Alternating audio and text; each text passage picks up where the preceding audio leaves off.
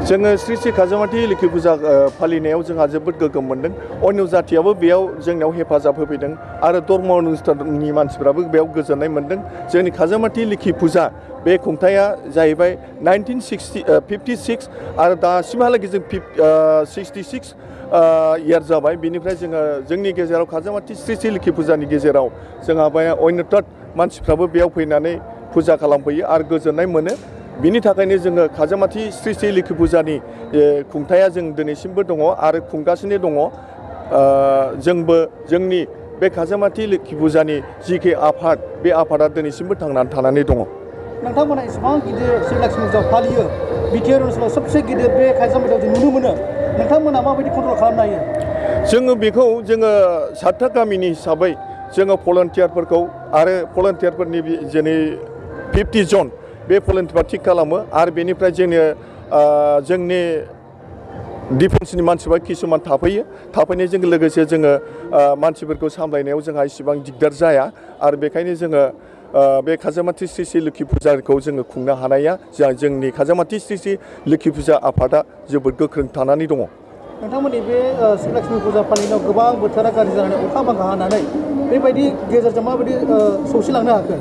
जोङो दाख्लै 9, 10 आरो नै दिनै 10 बे 10 जोबथा सान मैया जोंहा अखानि बोथोर। बे अखानि बोथोराव जोङो ओरैबायदि जोङो पर्दा लाबोदों, पर्दा सिनेमा लाबोदों, क्रिस्टि लाबोदों आरो अन्यथ' माबा मेलाबो दंदेरफायो। बिनि गेजेराव जोंना अखाबो हानायनि गेजेरजोंब्लाबो जोङो खाजामाथि श्री श्री लोखि फुजानि बे मेम्बारफोर थानायनि गेजेरजों जोङो बे खुंथायखौ जों खालामनो हादों। लास्ट सोंथि नोंथांनाव, नोंथांमोननि बेबायदि श्री लक्ष्मी फालिनायाव सरकारनि एबा सोरनिफ्रायबा बेफोरबायदि अनसुंथाइ मोनो ना मोना? जोंथ' खाजामाथि श्री श्री लोखि फुजानि आफादा जोङो रावनाव बियाखै आरो खुंथायबो मोनाखै। किसुमान जोङो MCLA बा आगोलाव जोङो बे स्टेजखौ जोङो BTCनि EM मिताराम बसुमतारिनिफ्राय जों बिनानै मोनदों। मोननायखाय जों बे स्टेजखौ जों रायजोफोरनि गेजेराव जोङो बहुद जिरायनो थाखाय जों खाबु मोननाय जादों।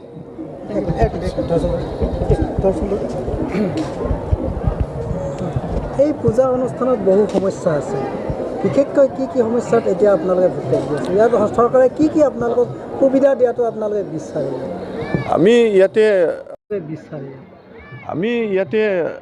আমি পূজা কৰাৰ ভিতৰত আমাৰতো সুবিধা অসুবিধা থাকে।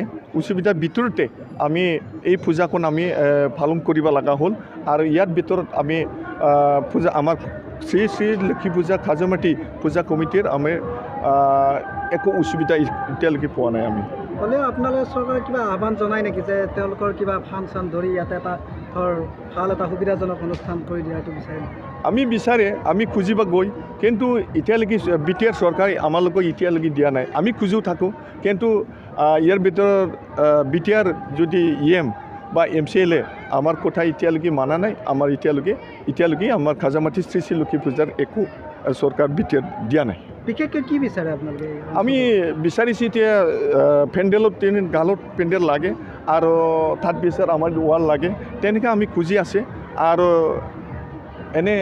এনে ধৰণৰ পায়খানা লাগে, তেনেকৈ আমি খুজি আছোঁ। এতিয়ালৈকে BTR চৰকাৰ শেষ মিত্ৰটো একো দিয়া নাই।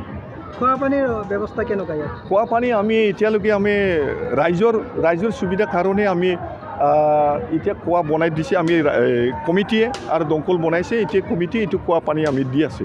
ধন্যবাদ।